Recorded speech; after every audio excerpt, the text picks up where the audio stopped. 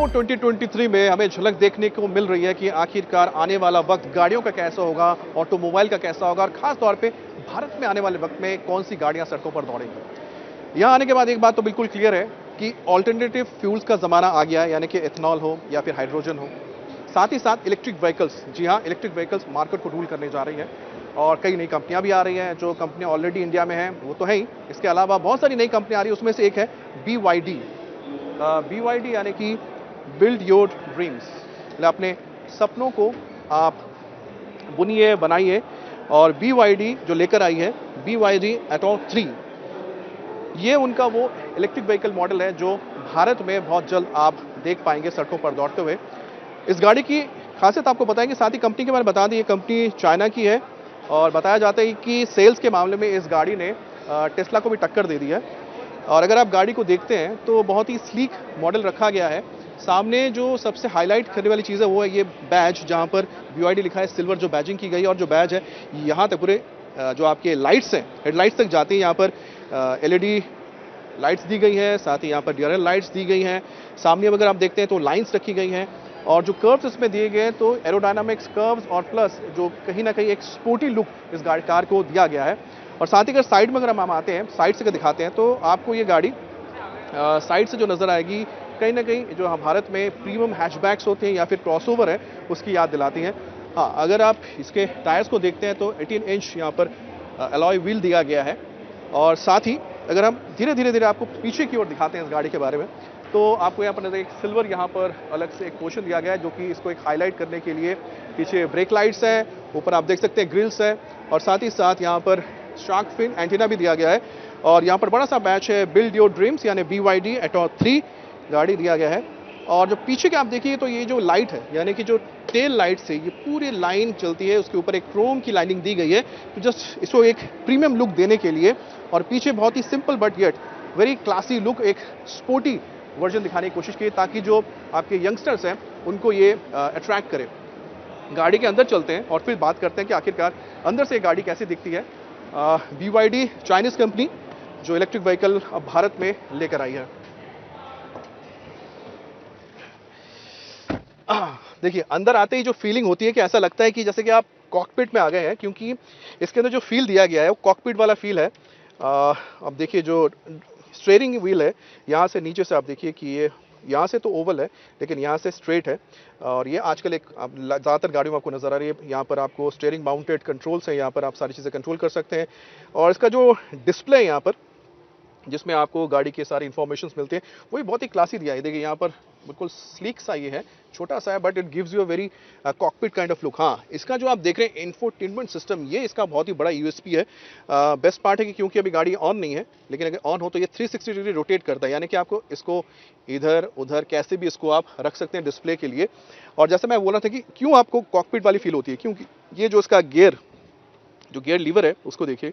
जैसे कि आपने देखा है कि जो प्लेन होते हैं, प्लेन के अंदर इस तरह के आपके लीवर्स होते हैं जिसके ज़रिए कंट्रोल किया जाता है इंजन्स को। तो ये यहाँ पर रिवर्स, न्यूट्रल, ड्राइव, पार्किंग अलग अलग मोड पे रखा गया है। यहाँ पर स्टार्ट के लिए स्टार्ट एंड स्टॉप बटन यहाँ पर दिया गया है और यहाँ से भी आप हर एक चीज़ कंट्रोल कर सकते हैं गाड़ी की। यहाँ से ऑडियो कंट्रोल आप कर सकते हैं। अलग अलग मोड्स के लिए है, जगह स्पोर्ट मोड्स चाहिए या आपको अलग इकोनॉमी मोड में आप चलाना चाहते हैं। तो कुल मिलाकर ये जो सारा डिस्प्ले यहाँ पर दिया, ये जो आप देख रहे हैं ना फील, यहाँ से आपको कहीं ना कहीं एक जिम की फीलिंग आएगी क्योंकि इस गाड़ी में हर एक चीज़ को इनकॉर्पोरेट किया गया है। एक तो मैंने कहा कि जैसे कॉकपिट में आपको थोड़ा सा लगता है कि आप किसी प्लेन के कॉकपिट में है, उसी तरह से यहाँ पर थोड़ा डंबल वाली फील आती है। ये AC वेंट्स है तो वेरी वेरी कूल, बहुत कूल यहाँ पर दिया गया है। और अगर आप एक बार डोर्स में आप जाके देखिए, डोर्स में यहाँ आपको स्ट्रिंग्स नज़र आ रही हैं। डोर्स में स्ट्रिंग्स तो कहीं ना कहीं म्यूजिक का एक फील देने के लिए यहाँ पर ये स्ट्रिंग्स लगाई गई हैं और आप बॉटल्स वगैरह बहुत आसानी से रख सकते हैं। एक बार फिर से अंदर आइए तो हम आपको दिखाएं कि यहाँ पर स्पेस की अगर बात की जाए तो यहाँ पर स्पेस है और यहाँ पर आपको ये एक फील आएगा, थोड़ी प्रीमियम फीलिंग आती है। यहाँ पर जो मटेरियल इस्तेमाल किया गया है वो थोड़ा सा प्रीमियम क्वालिटी का है, तो डुअल टोन में यहाँ पर मिलता है।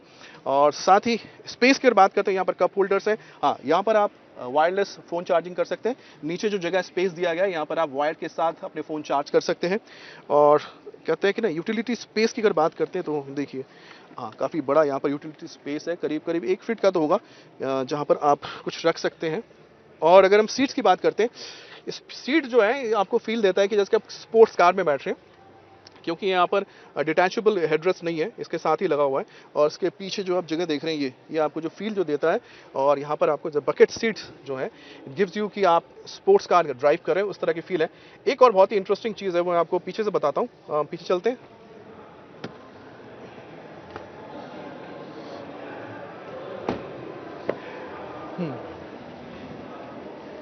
आपको एक जो चीज़ इस गाड़ी में महसूस बिल्कुल प्रॉब्लम नहीं लगेगी, वो है हेडरूम की। अगर बात करें तो हेडरूम बहुत अच्छा है इस गाड़ी का।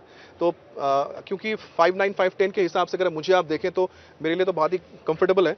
और 6 फीट प्लस भी अगर कोई होगा तो उसे भी बहुत ज़्यादा दिक्कत नहीं होनी चाहिए इस कार के अंदर, क्योंकि हेडरूम काफ़ी अच्छा दिया गया। केबिन के अंदर एक अच्छा स्पेस महसूस होता है। एयर बैग्स भी यहाँ पर हैं, एयर बैग्स आपको हर जगह नजर आएंगे। और यहाँ पर AC वेंट्स, क्योंकि उन्होंने फिर से उसी डिज़ाइन को फॉलो किया है, डंबल डिज़ाइन को फॉलो किया है। और जो यहाँ पर आप कह सकते हैं, हाँ, थोड़ी सी एक जो मुझे लगता है कि हो सकता है जब आप लंबा सफ़र करते हैं तो आपके लिए जो थाई रेस्ट है, जो आपके थाई के लिए रेस्ट आता है ना, ये रेस्ट थोड़ा सा आपको पैर ऐसे करना पड़ा तब जाके यहाँ पर आता है। तो थोड़ी सी अगर सीट अगर ऊंची होती तो फ़ायदा होता, लेकिन हो सकता है उस वक्त आपके हेडरूम के लिए दिक्कत होती। हाँ, यहाँ पर एक पैनोरामिक सनरूफ भी दिया गया है इस कार के अंदर, पैनोरामिक सनरूफ भी है। लेकिन जो सबसे इंटरेस्टिंग चीज़ मुझे लगी कि यहाँ पर जो स्ट्रिंग्स वाला आपने देखा है, आवाज़ भी आती है, मतलब म्यूज़िक। और इस डोर को खोलने के लिए ये स्पीकर्स हैं, आप इसको कीजिए, खुल जाती है गाड़ी। तो ये एक बहुत इंटरेस्टिंग फीचर इसमें लगाया गया है। पीछे चलते हैं, बूट स्पेस देखते हैं। अब बूट स्पेस की अगर बात करते हैं, वन टच और ये खुल गया। बूट स्पेस काफ़ी अच्छा है। आप देख सकते हैं करीब 500 से 500 प्लस, यानी करीब 600 लीटर का बूट स्पेस यहाँ पर होगा। इसको आप हटाते हैं थोड़ा और आपको स्पेस मिल जाता है। और कुल मिलाकर सामान रखने के लिए अच्छी जगह है एक फैमिली के लिए। और एक वन टच और फिर से बंद हो जाएगा। और इस गाड़ी की अगर हम बात करते हैं इंजन की पावर की, तो इस कार में 60 किलोवाट पर आवर का बताया जा रहा है कि इसका 60 किलोवाट पर आवर है। और मतलब जो रेंज इसका आएगा करीब आप लगा लीजिए कि जो कंपनी कर रही है, मेरे हिसाब से 450 से 500 होना चाहिए। कंपनी ने क्लेम किया कि 500 किलोमीटर इसका रेंज है। तो अगर 60 किलोवाट पर आवर के हिसाब से तो आप लगा ही लीजिए करीब 400 किलोमीटर के करीब से इसका रेंज होगा ही। और चार्जिंग की अगर बात करते हैं तो अगर AC यानी कि AC और DC, अगर DC है तो DC में अगर आप चार्ज करते हैं तो 45 मिनट्स या फिर 1 घंटे के अंदर आपकी गाड़ी चार्ज हो जाएगी। और अगर आप AC यानी घर वगैरह में चार्ज करते हैं तो इसको करीब 8 से 10 घंटे लग जाएंगे इस गाड़ी को चार्ज होने में। हाँ, प्राइस की अगर बात करते हैं तो ये गाड़ी आपको जो प्राइस ऑन रोड अगर मिले करीब आप लगा लीजिए 35 लाख करीब इस गाड़ी की प्राइसिंग होगी। और अब ये गाड़ी मार्केट में आती है, जब इस्तेमाल करते हैं लोग समझ में आया कि ये गाड़ी कितना टेस्ला को टक्कर दे सकती है। क्योंकि भारत में अभी भी टेस्ला का इंतजार है, लेकिन BYD तो आ चुकी है।